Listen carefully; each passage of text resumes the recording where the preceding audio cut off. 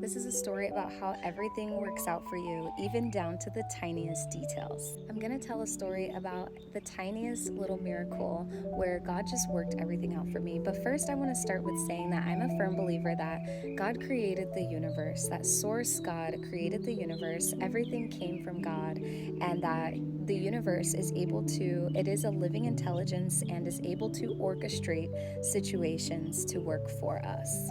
And that the universe is this living and active intelligence that we are able to partner with and align with because we are part of it. And that God is our source where everything came from. God oversees everything that happens. So, anyway, here's the story. So, a few weeks ago, I remember thinking, like, I want my dogs to have these specific little treats.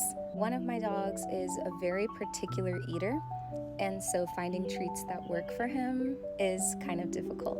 And so I didn't want to spend money on, treats because sometimes they're expensive, especially the healthier ones and the nutritious ones. So I just left that in the ether and I was like, well, hopefully I can get them some treats. And that wasn't like a prime priority focus or anything like that. It just was something that I just kind of hoped for. And so I walk into Target the other day and this lady is sitting at the front of Target and she's like, "Do you have dogs?" And I was like, "Excuse me?" Because I didn't know if I heard her correctly. And she was like, "Do you have dogs?" And I was like, "Actually, yes, I do." And I was in Target for something completely different. I took a random trip to Target just to go and grab a skirt. And so that caught me off guard.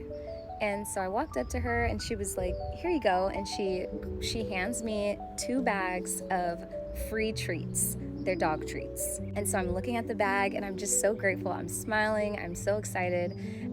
Didn't have to pay for them. They were just completely free. And there was 2 different flavors. And so my particular dog loves the chicken flavor. So when I got home, I was like, let me try the treats.